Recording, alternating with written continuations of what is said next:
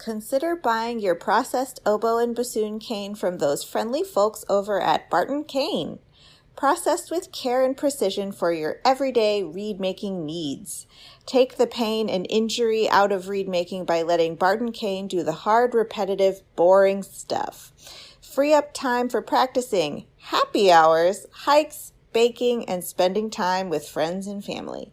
Barton Cane, here for you. Visit www.bartoncane.com. AC/DC Reeds is a one-woman bassoon reed workshop in Minnesota run by Dr. Ariel Detweiler, producing over 1,500 reeds per year. Selling beginner bassoon reeds, advanced bassoon reeds, and contrabassoon reeds, AC/DC Reeds are hailed by customers for their even intonation, ease of response in all registers, warm tone quality, and strong low register. Every reed is made from tube cane processed in-house to Ariel's specifications using Rigati or Lavaro cane and a Rieger 1A shape. You'll also find bassoon-themed gifts in the shop, including greeting cards, stickers, artistic prints, and the ever-popular Black Wing bassoon pencil. Make sure to follow AC/DC Reeds on Instagram, where Ariel posts artistic photos and educational stories about her everyday experiences with reed making. AC/DC Reeds is a proud sponsor of Double Reed Dish, sharing positive and uplifting interviews to inspire and connect the bassoon community around the world. Find AC/DC Reeds at www.acdcreeds.com or at retailers like Chemical City Double Reeds, Midwest Musical Imports, or Reed Supplies Canada.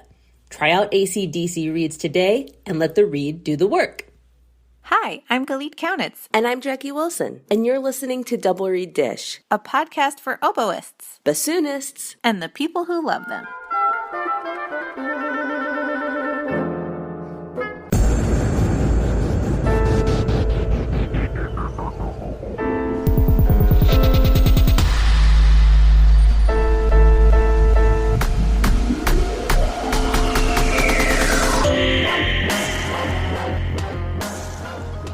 Okay, here we go. Here we go. Here we go. Y'all, we have a major announcement for you. We do. Yes, it's been a long time coming. We have known this for a while. We lived with it for a while. Uh-huh. And now we are ready to share. Double Reed Dish is coming to a close December 2024. That's right. It has been, 7 years? Yes, we'll do, I think, well, we started in December 1st, 2016. Mm-hmm. So if we end December 15th, 2024, that will be 8 years in one episode. A full 8 years. Plus one. Plus one. A baker's 8 years. So should we tell them how we hate each other now and we can't stand recording the podcast and that's why it's ending? Jackie's the worst. I don't want to look at her face anymore. No. Our friendship is better than ever, I would say. Yeah, absolutely. I think there was a time. Well, I think in Platteville, we were still just kind of getting to know each other. Sure, yeah. And we started this as kind of like a legit project. And I actually remember when I moved away from Platteville and we were leaving, saying goodbye.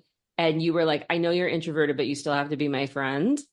And I feel like for a while, Driftless, and then even to a bigger extent, the podcast was like us, it was something that kept us tethered to each other. Totally. And it's not that way anymore. We don't need it anymore to keep us close. No, you're my family. Yeah. Yeah. You were talking about, your plans for the future. And I'm like, okay, but is there going to be my room? Obviously, it won't be a guest bedroom in our next house. It'll be a Galit room. Yeah, thank you. The Galit ensuite. It's my second home. The Galit ensuite. So why are we ending it then? Everyone wants to know. Well, doing it for so long, I think over time, for a long time, we were like, this is great. Lather, rinse, repeat. It runs itself, right? Mm-hmm. And after a while, it feels a little repetitive. I just kind of feel like we have done what we came to do. Yeah. And it's coming to a natural close. Mm-hmm. I just feel like any project has a life and or a birth, a life, and then I don't want to say a death, but just like a natural Natural conclusion. end point. Yeah. Yeah. What we don't want to do is we don't want to be the show that goes on for 3,000 seasons and just recycles content over and over and over again. Yeah, no, absolutely. And I think it's a little bit hard. I remember the first time we talked about ending the podcast was actually in Boulder. So what would that be? IDRS 2022. Mm-hmm. And we didn't have any idea about like when it would end, but I said, do you see us being 50 and still doing double reed dish? And you were like, dear God, no. And there's also the fact that like we are sort of moving forward in our careers in interesting and different ways. Mm-hmm. And I'm not sure where the podcast fits in that anymore. Yeah, I agree, especially just in time. Like, time is a precious commodity, and we have to determine how. Actually, this is a great kind of discussion with the Keith Buncke interview we're about to share with people, because we talk about that quite a bit there. But, yes, as time becomes a precious commodity and you have to just decide how you want to spend it and on what, it's like, what 100% I want to spend my time in an intimate, loving friendship with you forever. Does that require this project? No. And also, does ending the project now, do we leave it feeling like there was something more to be done? And I feel like the variety of interviews that we have done, like it's just this fabulous consortium body of work. Absolutely. And that's not to say that there's not any individuals that we didn't interview that have so much to share. Obviously we could, that's the hard part about ending it, is we could do this for years and years and years, because one of the things you and I have always preached and truly believe is that every member of our double reed community has something unique to offer the field. But, with this is a medium that could conceivably last forever. And we have never been that podcast that like, okay, we do episodes for a little while and then we take a break, and then it's always been regular. And so we have never taken a break. No. And let me tell you, every episode will come out on time, as it always has, until December 15th. And I will end with a perfect record of editing these things on time. I will tell you that. Maybe I should knock wood now. I don't know. Force majeure, whatever. Pause. But yeah, like we have individual projects. That's not to say we'll never collaborate, but oh my God, no. We have individual projects and efforts and personal things that we want to give our attention to. And it just felt like the natural thing. And I should also say, we decided this several months ago and then just lived with it. And saw if the compulsion of like, no, oh my gosh, I'm so sad, or this it's terrible, blah, blah, blah. And it just didn't come. It's living with it has affirmed the decision. Yes. And so it's just time. We came, we did what we needed to do, and now we can let someone else do it. Yes.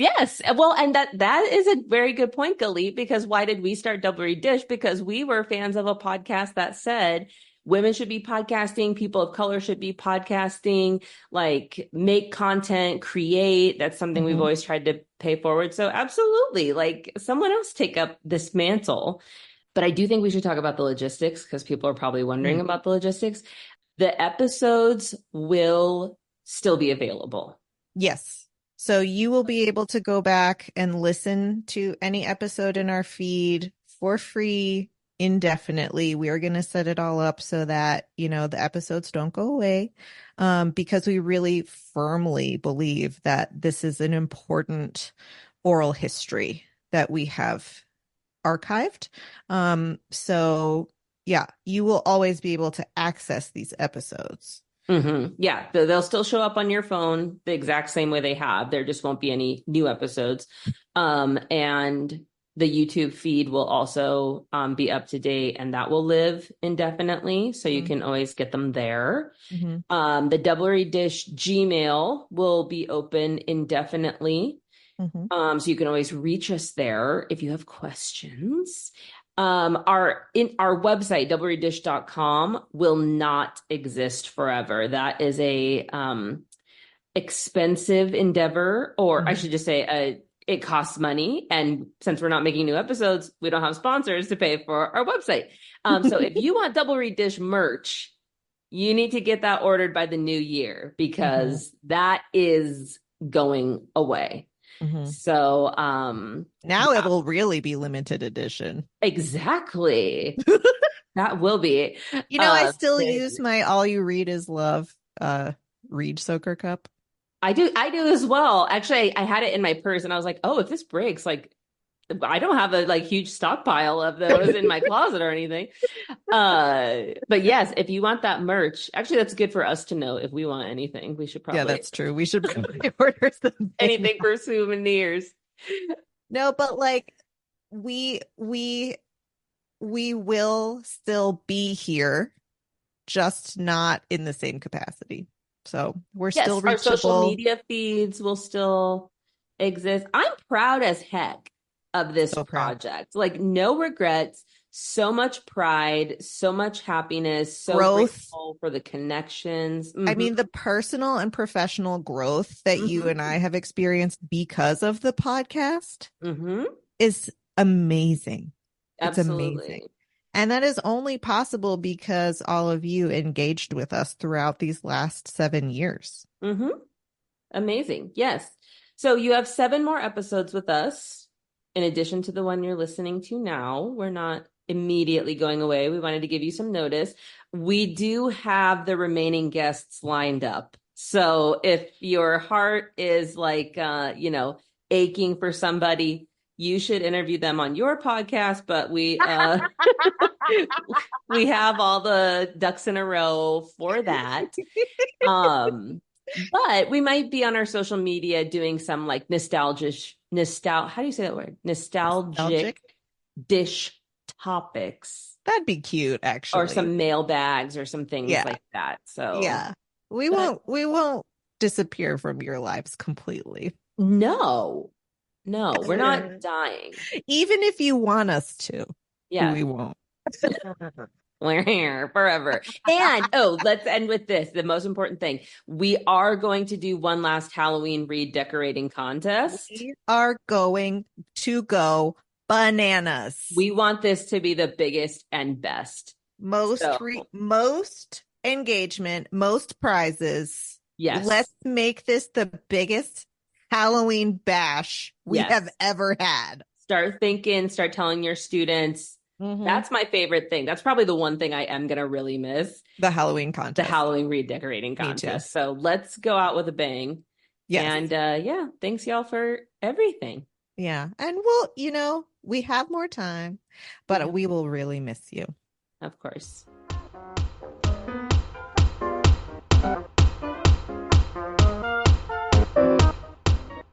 Specializing in the finest assortment of oboes, clarinets, bassoons, and their accessories, RDG Woodwinds serves musicians from around the world. Their employees are all professional musicians who have a deep knowledge of the products they sell. RDG's repair shop has an international reputation with a combined 100 plus years of experience among the 5 repair technicians. Plain and simple, RDG provides excellent products and fabulous customer service. Visit them at rdgwoodwinds.com. They look forward to working with you.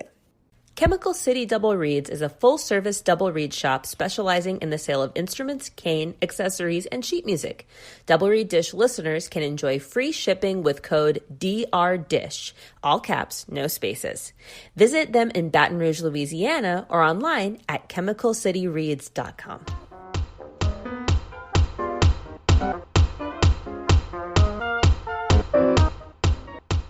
We are absolutely delighted to welcome to the podcast Keith Buncke, Principal Bassoon of the Chicago Symphony Orchestra. Welcome, Keith. Thanks so much for having me. I'm really excited to be here. We love to start by asking our artists how they began playing their instruments. So, can you tell us how you started with the bassoon? Yeah, so let's see. I'll start with like my first musical instrument, which was piano, which I'm sure is the same for a lot of people. But I think I was about 7 years old. My mom kind of thought it would be a good idea for my sister and I to start kind of casual group piano lessons. Did that for a few years, wasn't ever like super motivated. And then I liked the cello. And I think my mom also played cello in her youth. So I played that for a few years, kind of dabbled in that. Wasn't really that motivated to practice that either. But took some lessons. And then bassoon was kind of like I sort of discovered it in a way. Like I was listening to some recordings.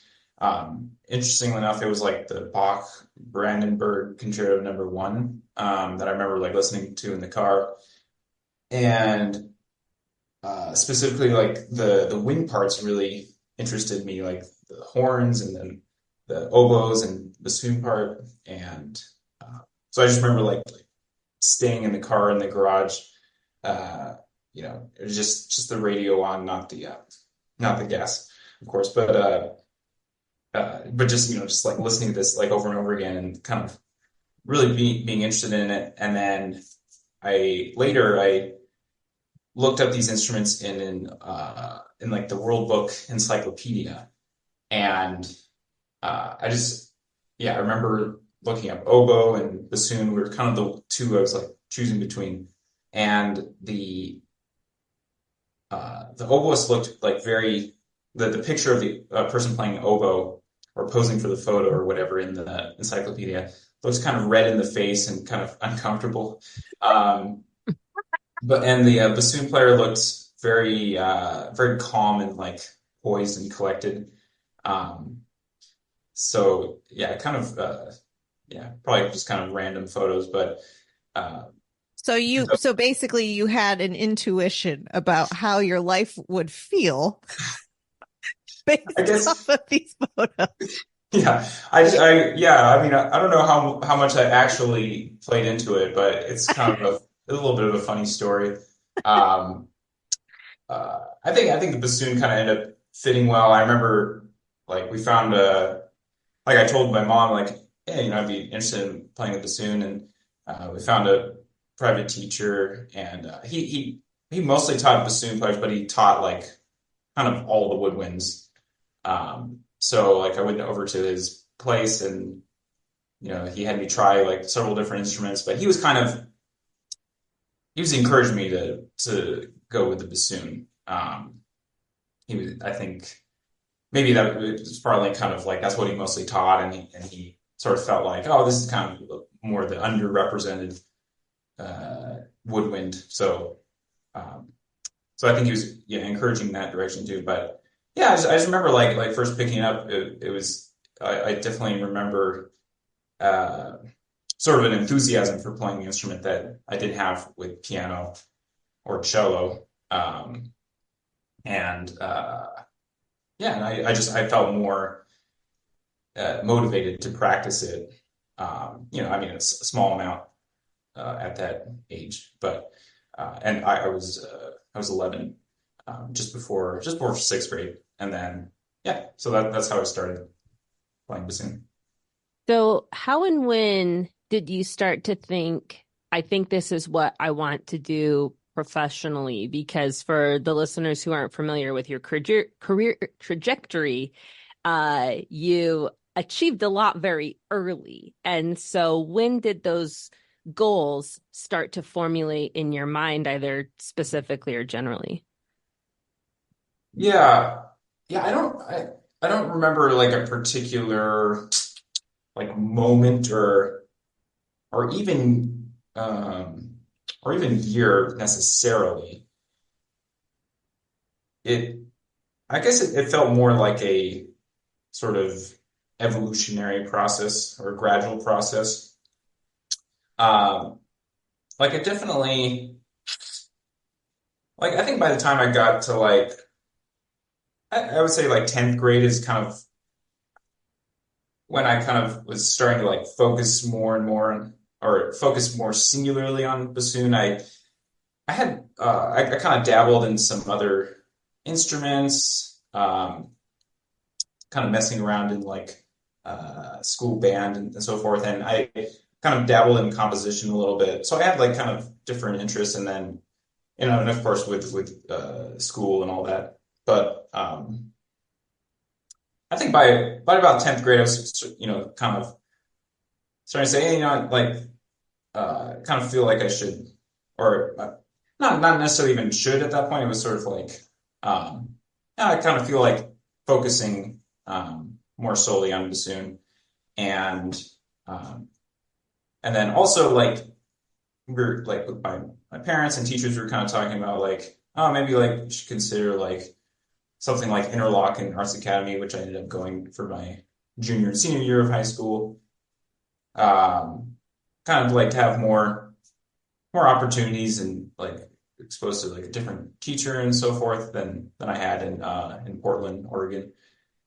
So I would say around that time is when I definitely got more serious about it, and yeah, and then like yeah, deciding to like audition for music schools and conservatories and so forth. Like I guess yeah, I don't know. It's interesting. It's sort of like um, it was almost like uh, a omission sort of thing. Like oh, I sort of have like some vague like academic interests. Like oh, I guess I'm kind of good at math or whatever. But like um, I was really good at this bassoon music thing, uh, and I was just yeah, I was really into it. Like I just loved the work and just like practicing and everything.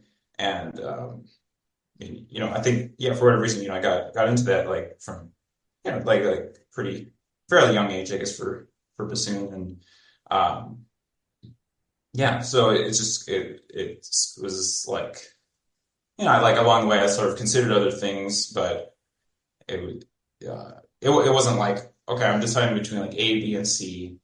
Like, oh, I think I'm going to go with A music. It was sort of like it's almost it felt kind of like the default at that point. Mhm. It's kind of what I was most excelled at and everything. So Mhm.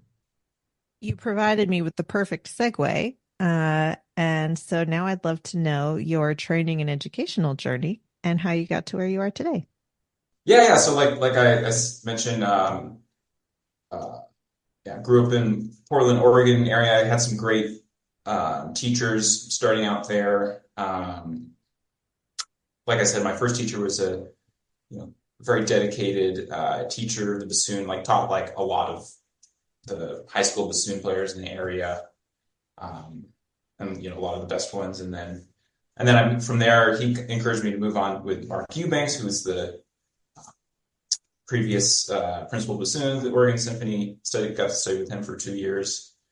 People might be familiar with his Reed handbook. I Mhm. forget the name of it right now. Arundo Reed's is his or was his company, and uh, yeah, and then then I got to go to Interlochen for junior senior year of high school. Studied with Dr. Eric Stomberg there. Probably a lot of listeners know who that is or have heard of him.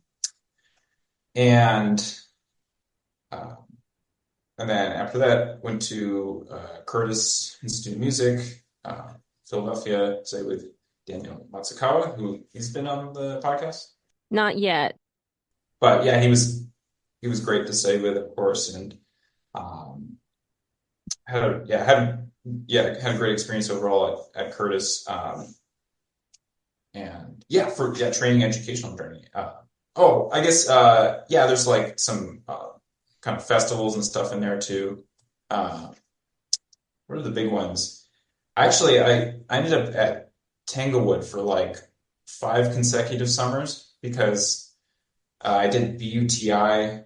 First BUTI summer was like a half summer, but then I did kind of uh, 2 summers at BUTI after that, and then went straight into TMC, Tanglewood Music Center, right after that. So Tanglewood was a big part of just kind of my educational journey, and hearing the Boston Symphony a lot at Tanglewood. Like I go to concerts all the time, and that was a big inspiration for me. I think I remember that being kind of like, oh, like this would be a cool thing, to strive for as a profession.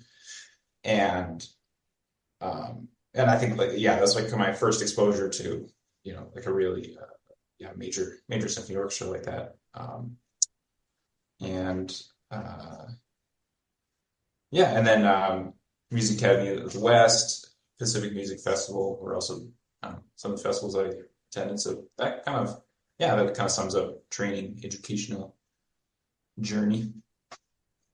So you won position of principal bassoon in Atlanta while you were still a student at Curtis, and I assume that means an undergraduate student.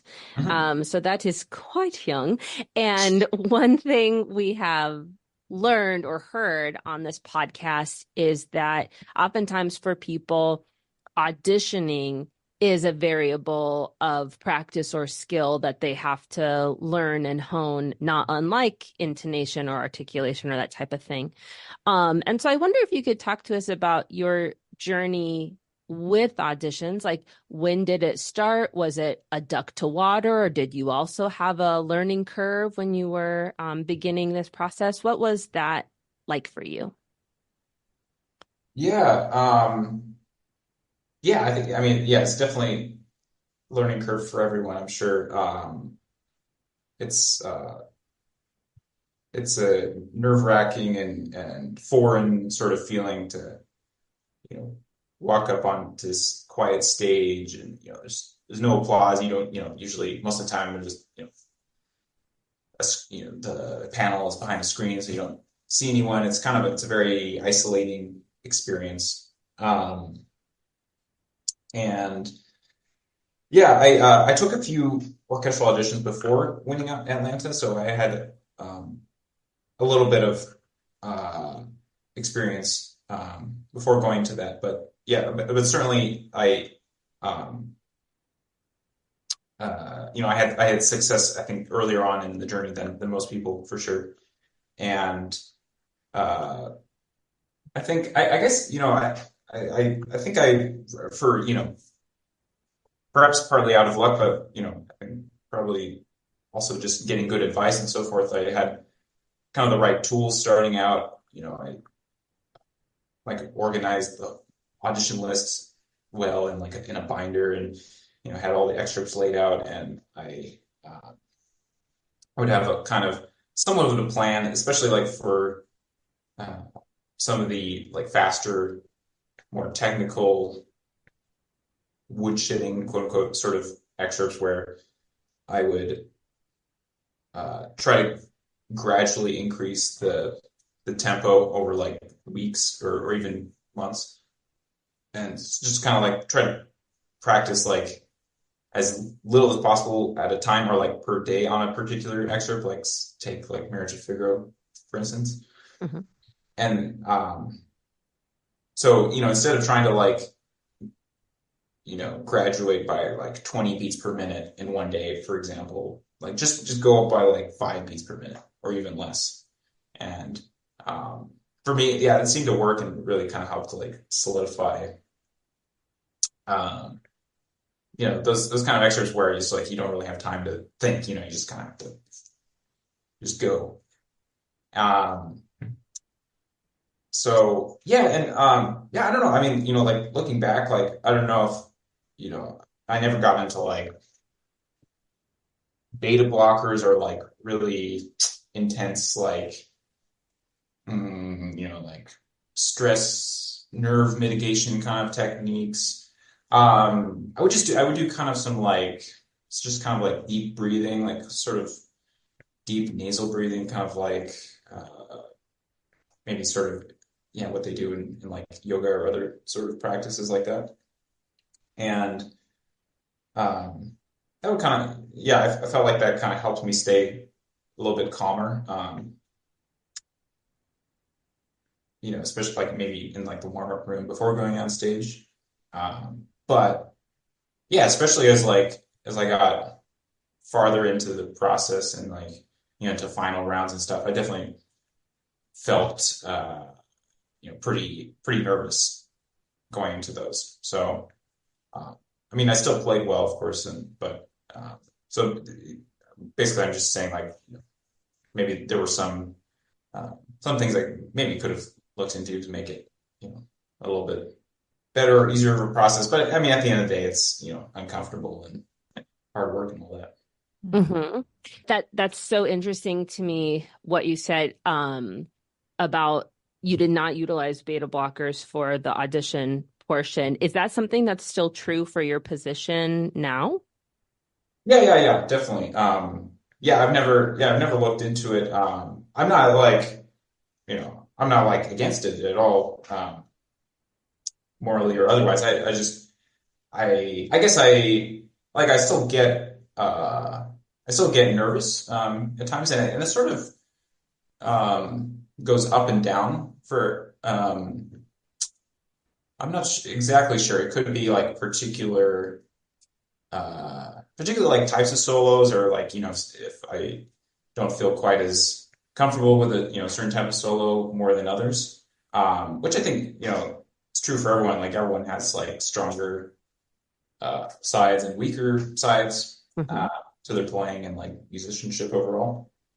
And I guess, it hasn't gotten bad enough where I mean, I guess the thought has popped up in my head, but it's like, I think it just hasn't gotten bad enough where it's like, oh, I gotta do something about this. I think if I was still if I was still auditioning and doing that a lot more, I would think that maybe I would consider it more. I think, I think auditions are sort of uniquely more nerve-wracking.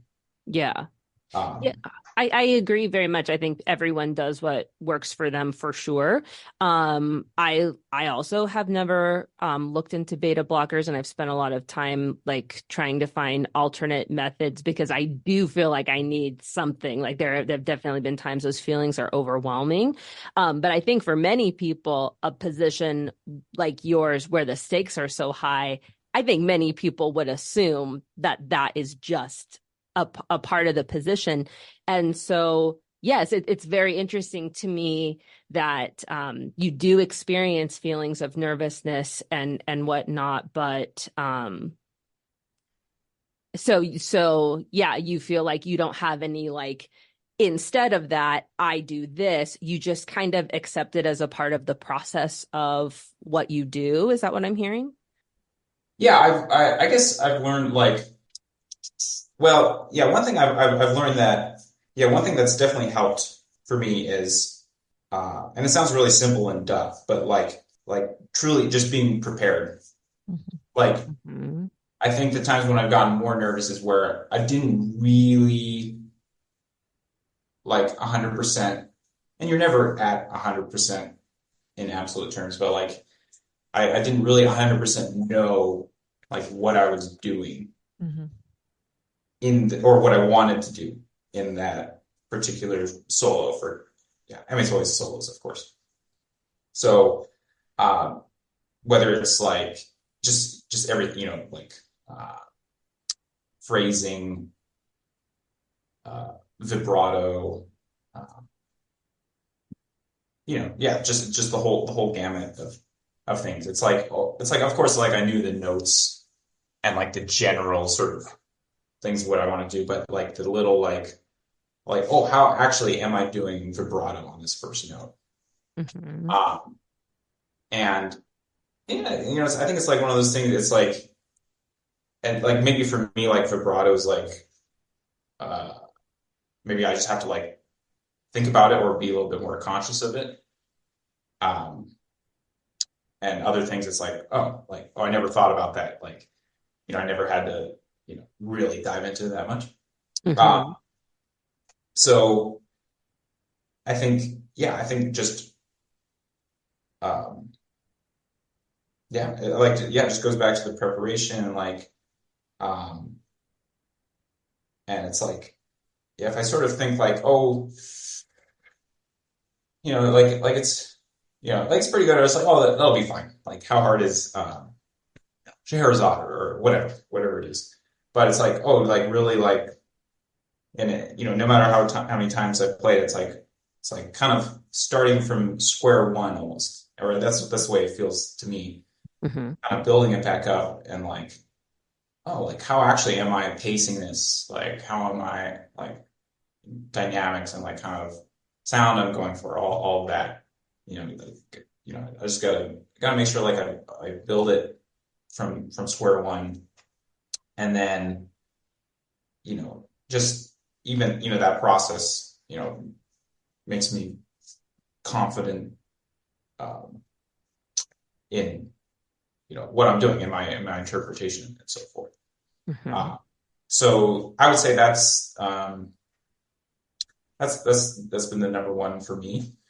Um, I think also just time, just kind of like time passing, years on the job, like definitely like I'm more comfortable and less nervous than I was like for year one, you Yeah. know, like way less scary. But there's yeah, lots of psychology and psychological complexity that goes into all this. Because then it's like I would be in my head, I'd be like, oh, like uh, I've been in this position or I've been in this orchestra like 7 years or whatever, and I'm getting nervous. Like this shouldn't happen. And then Hmm. um, so kind of like wanting it, like sort of denying that it should be there or whatever. And so getting into all of these sort of thought circles rather than like and this all goes back to like meditation and just kind of basic psychological health, I guess. It's like just being present with those thoughts and emotions and like just kind of objectively noticing them, right? As Hmm. if we're like a third party observer and kind of and finding the root cause of those things and then like and then just being like, oh, like it's a part of performing, like uh there is uh a little bit of nervous energy. Of course, like I think the sort of the key, so to speak, is like just to I feel like kind of leaning into that energy a little bit and just like using it to focus more. Is the way I try to think about it. And but yeah, I mean, there's definitely I've thought a lot about it and a lot that goes into it. I love that the mindfulness approach prevents you from essentially phoning it in. Like you don't say, I've played Scheherazade 100,000 times. Yeah. I don't have to practice it anymore, which I think, I mean, correct me if I'm wrong, but I think is probably a source of a lot of frustration for orchestral musicians is that you've played the same thing 100,000 times and you want it to be different and it's always the same. So it seems like this would also increase longevity of your career and your mental engagement in what you're doing. Yeah, that's a great point. Um, I think that's a key to, like you said, longevity and like a healthy performing career overall. And I definitely hope to like retain that kind of energy and of course like I'd be lying if I said I don't have that kind of or that I have that sort of energy like every single week or for everything that I play and I think getting to this stuff with like solos is, I think, kind of I think I'm lucky I'm able to do that because I think it's a little bit different if you're playing more 2T stuff and it's like pieces that we've played a bunch of times where you don't have as much personal control over the product. But yeah, I think the more that, yeah, I think I actually, and I enjoy that. Like I found that like uh, no matter how many times so far that I've played, yeah, these big pieces that come up a lot.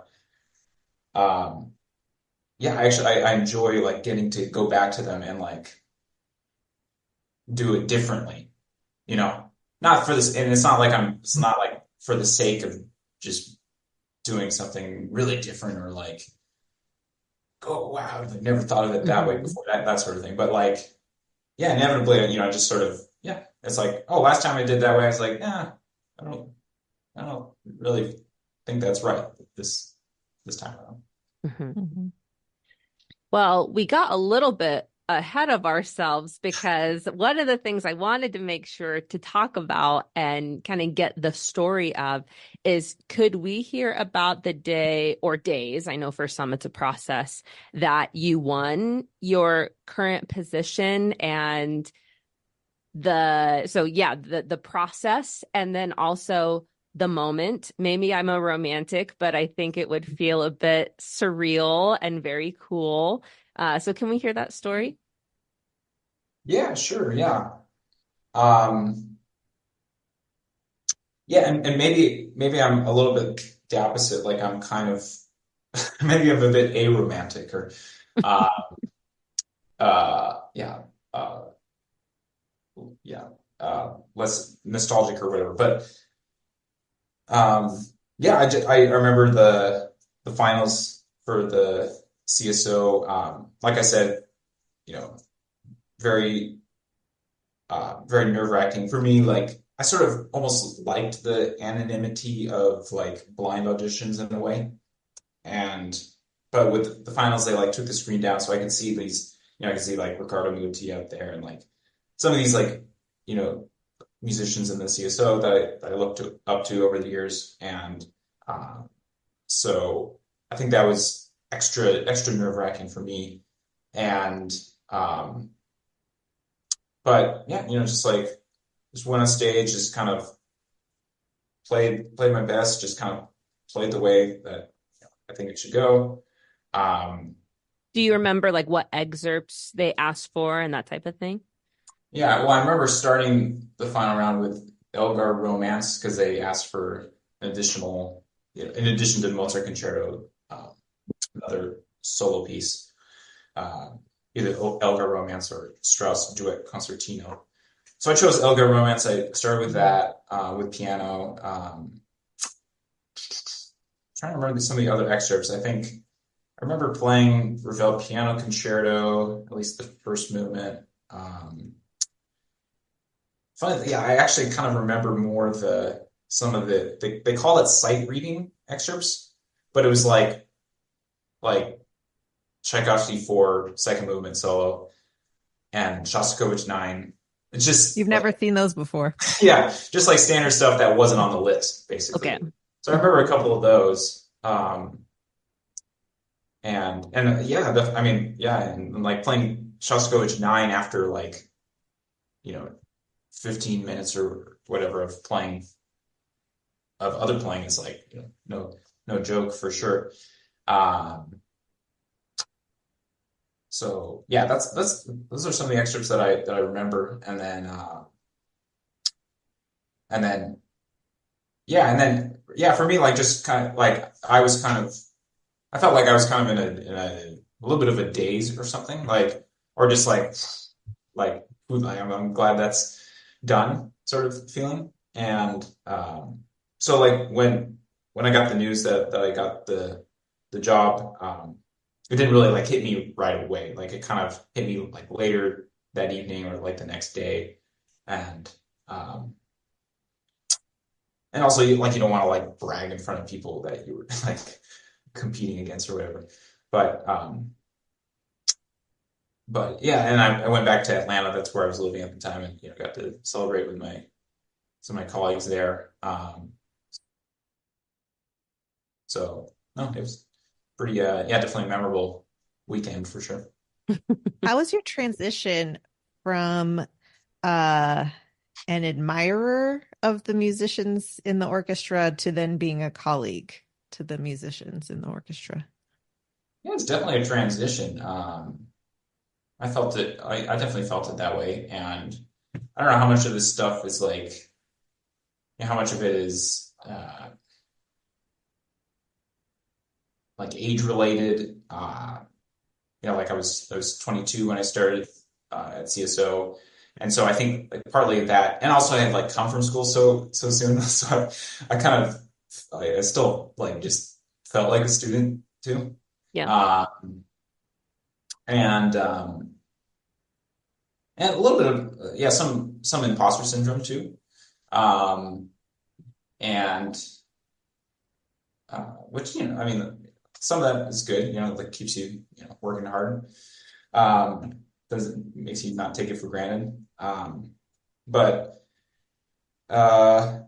yeah, it was kind of yeah, it was a yeah, it was a yeah, somewhat I guess somewhat uncomfortable about transition, but also definitely had positives too. Like and people were really welcoming and um, like I remember like I studied with Dennis Michael when I was at Music Academy of the West, and then just like a couple summers before, and then got to play right next to him in the CSO. So that was really cool, and um, I felt like definitely like learned a lot from him over the years, and so yeah, definitely kind of like stepping up to bat, sort of feeling just kind of like like like oh, let's see how this goes, like see what I'm made of, so to speak.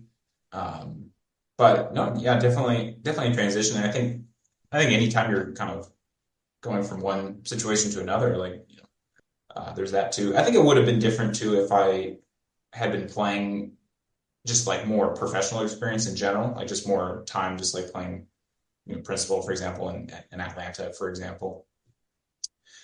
But I was there for like a year, so it was a very very short time.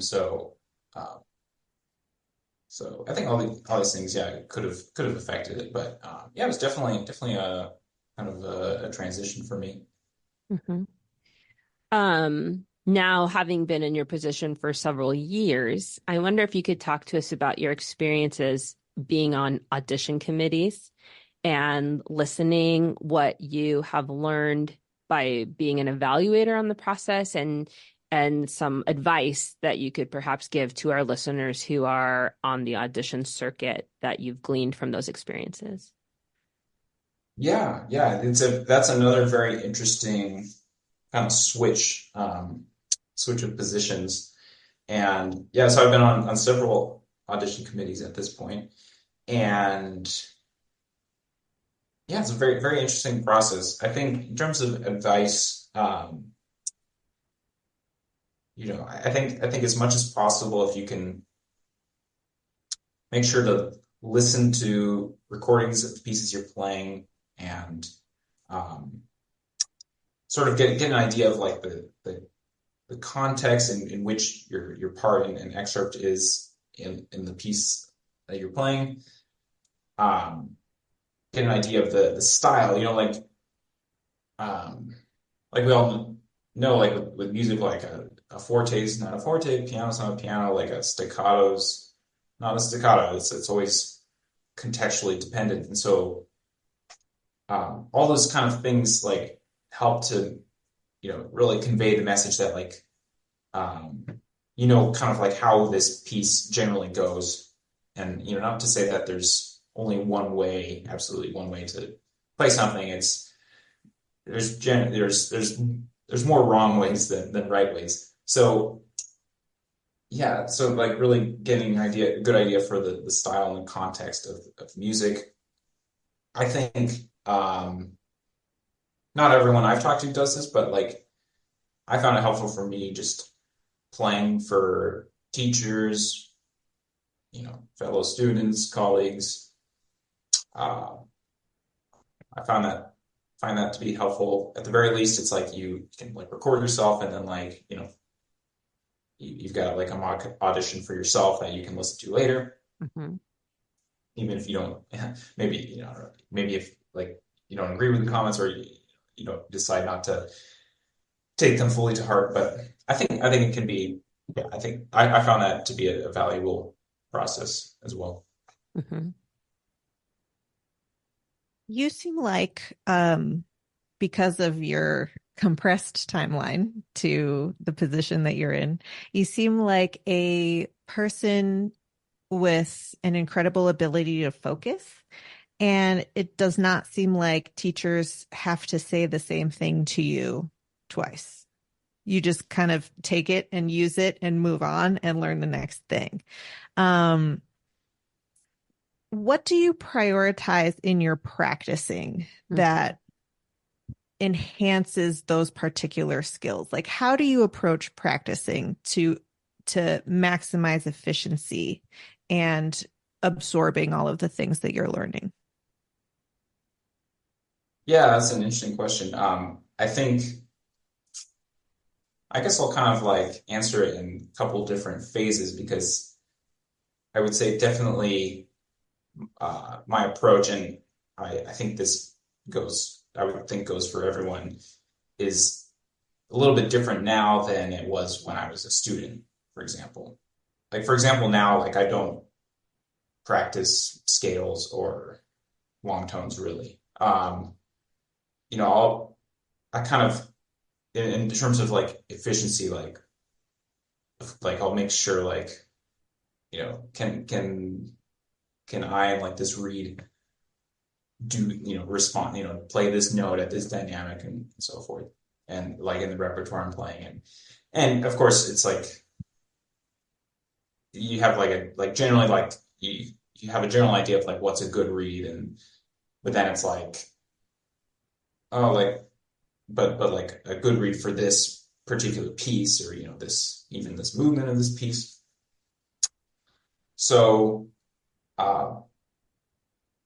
yeah, and then yeah, like when I was a student, yeah, you interesting brought that up. Like I remember a teacher at some point like mentioning that like it seemed like I caught on to things quickly. Um, and yeah, so I don't remember like necessarily like working on that at that age, but um, yeah, I do remember like, yeah, especially when I was in high school, like really diving into things like Sound and Motion, like David McGill's book, and like his CDs, and like some other orchestral excerpt CDs, Chris Millard's orchestral excerpt CDs. I really dove into those kind of things, and I got into recording myself, like in the practice room pretty early on too. I started doing that like when I was at Interlochen, like junior year high school, um, and so that's when I really got into that process of like, just even recording like little segments of things. Like it doesn't even have to be like a full solo or like full piece or whatever, but like just kind of like testing out different things, like, you know, like, oh, how does, like I'm curious, like, oh, am I actually in tune with this, or is my rhythm good? Like, what does my vibrato sound like? What does my sound sound like?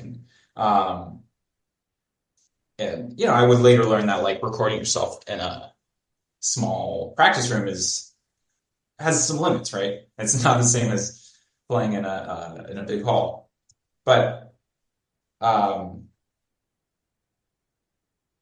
yeah, I guess like today, like I've gotten more and more into like just practicing in somewhat smaller chunks, and like I find like I can focus best if it's like maybe like an hour or less. So if you're able to like practice in that way, I think that's a good way to practice. When I was young, when I was like more like high school, college, and even a little bit after college, I would tend to practice in longer chunks, kind of like several hours. And um, so, I think it can work too. I think just kind of like, try both and like see what works better for you. Like maybe like practicing a longer chunk might work better for you because you kind of feel like you just get into the flow of it and then you just kind of roll with it. And then, but maybe it's like practicing in smaller chunks and then kind of spacing it out through the day works better for you because you just feel like you can just focus and, just have like kind of optimal focus and concentration during that session. So I would definitely like play with those and like try both of those out. That's interesting. I've been having conversations a lot with friends and colleagues about like how practice can and needs to change when you evolve in as a professional, but a lot of times our pedagogical conditioning tells us that like, no, that's not okay. And like, it is okay. So I love what you're saying. And I'm curious about how it translates or maybe doesn't into your reed making habits in terms of having the reeds that you need to do this job. Are you, do you take a similar approach in terms of like, I'm going to do what's needed, or are you making reads all day, or what are the read habits like for you in your position? Yeah. Yeah, reads. I think like I've heard of some people like I think some people are very, kind of or more regimented or kind of have a little bit more of a schedule. I'm a little bit more like sporadic with it. I tend to, it's kind of like, oh, like the reserves of blanks is like running a little bit low. Okay, I gotta make some more blanks. Or, oh, like, reserve of gouged cane is it's running a little low. I gotta go gouge some cane. And then like partly of that, it's like, and I'm sure a lot of people do this, it's like, it's more efficient to like gouge, 10 pieces at a time versus like, trying to gouge and then profile shape, do several steps at once. Right. So kind of try to batch it out like that. But yeah, I think that's it's still an area I could work on because I think I do tend to like keep around reads that it's like maybe they didn't quite make it, and then it's like I'm not like quite willing to like throw them out or something. Like I'm just not always willing to face the reality. I think I'm gradually getting better at that, but I still have the tendency to sort of keep around reads for a little bit too long in that respect. But so yeah, I don't really have like a great idea of like how many reads I make a week or something. I mean, it's probably I probably clip like 3 or 4 a week, something like that. Mm-hmm. But what was the other part of the question? Yeah, just habits. Well, and also people like to hear about the nerdy stuff, like what shape you use or that type of thing, like your style. Oh yeah, sure. Yeah, I've kind of gone full, I guess, sort of like Hertzberg system. I got like a Hertzberg profiler a few years ago. And that comes like the Hertzberg shaper, and I've got this like Greg James gouger. I kind of got onto that, like Dennis Michael was maybe like one of the earlier adopters of that, but so I got that several years ago. So I've been kind of going from gouge or from two cane, I should say, for maybe like 4 years now. I used to buy gouged cane. But yeah, Hertzberg profiler, Hertzberg shape, and yeah, just kind of this pretty like basic basic stuff with that. More and more with reeds, I'm just like just kind of just sort of like don't try to reinvent the wheel. Just kind of just make a reed and just. Like some pieces can just work. What? Just please work. Right, yeah. Like, I think all these little adjustments, I think I can't say for sure because I haven't really tracked it, but I think the like success rate has gotten a little better over time, but but also it's like, you play this little game with yourself of trying to, see if you can do better over time too. So it's kind of tricky, but yeah, just like it's just like, just like kind of a basic, just like pretty smooth profile, and thinner at the tip than it is at the back, and thinner at the sides than it is in the center. You know, nothing really fancy about it. I think it's great because I feel like the thesis of this interview has been like the power of not overthinking, of Yeah, not, overworking for overworking's sake, yeah, assuming that overthinking is going to reap benefits, but instead doing the work, having a strong foundation, and then trusting in yourself and the foundation that you've built, which I don't think is a message that we get a lot. And I'm really happy to be, giving that a platform because I think it's true. And I think it's also necessary as we mature and, life gets more aspects to it. Like we have to have room for other things and we have to begin to enjoy what we do and not just like labor in the process of creating. perfectly said. Couldn't have said it better than myself. Well, thanks.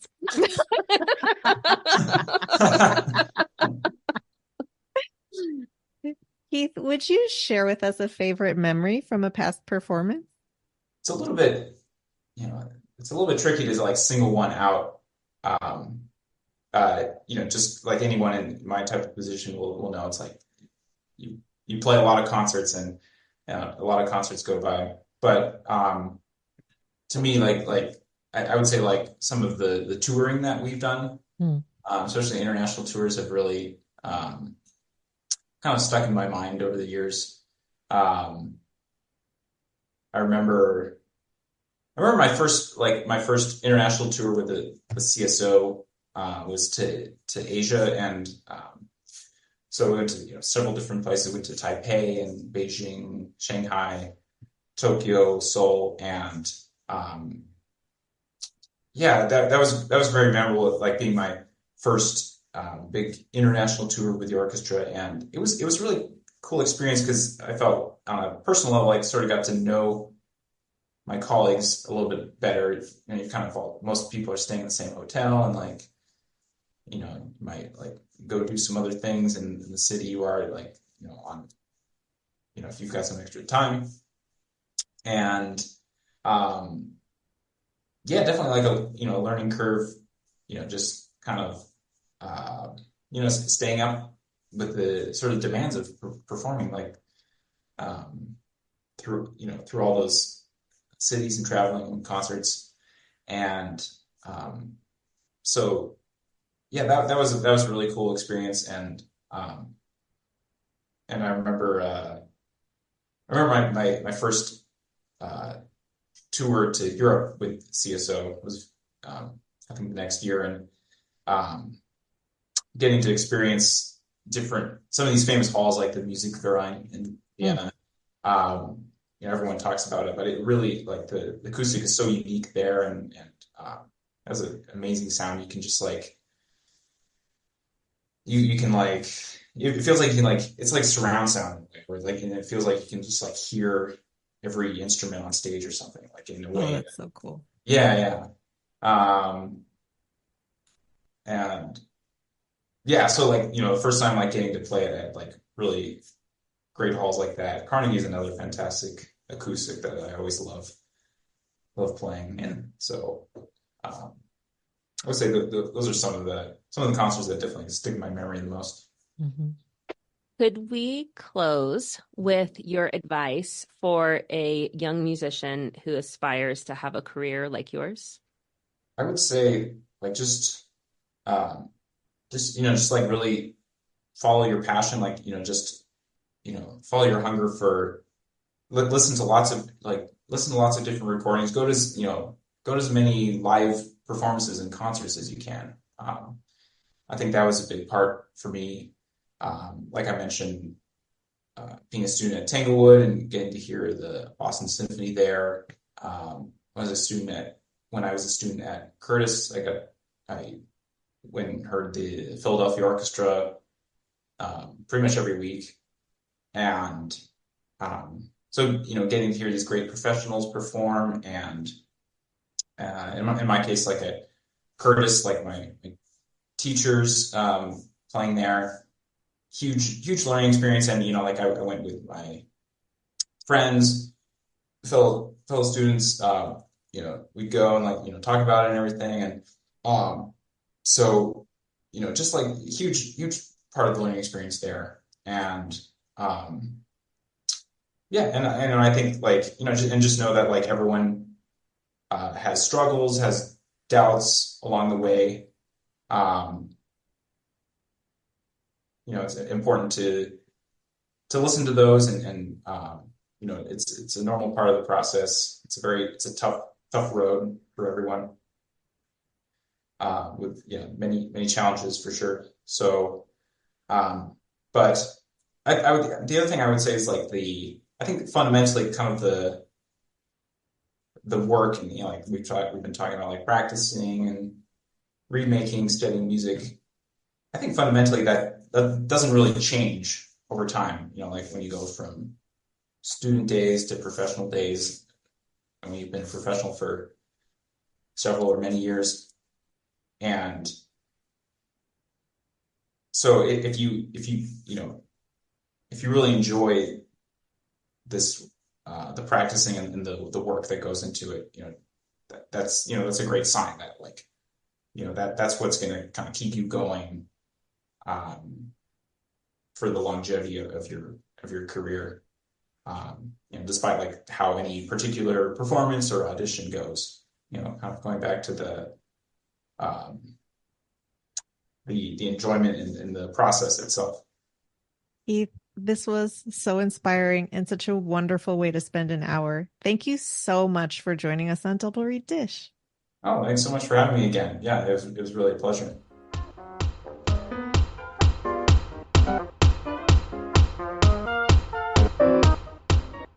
We hope you enjoyed that interview as much as we did. It was a fabulous interview. It was fabulous. And we have another fabulous interview coming up. I would normally say rate and review and subscribe, but that's not so imperative now, is it? No, just kidding. We still want this resource to be shared with people and enjoyed with people. So yes, make sure you're connected. I did not see that coming. That really gave me a giggle. With us, rate us low. We don't care. 0 stars. So who are we having? We've got some heavy hitters that we're like finishing off with. Case in point, Galee, who's on the next episode? We had the ultimate pleasure of talking to Juliana Koch, principal oboe of the London Symphony Orchestra and professor of oboe at the Royal College of Music in London. All right, Jackie, let's end this nerd parade for one of the last times. The 8th to the end time. Go make reads. Was that dramatic? For the 8th to the last. Should we make it a countdown every time we end? We should do the 7th to the last time. I have a feeling we will. Yes.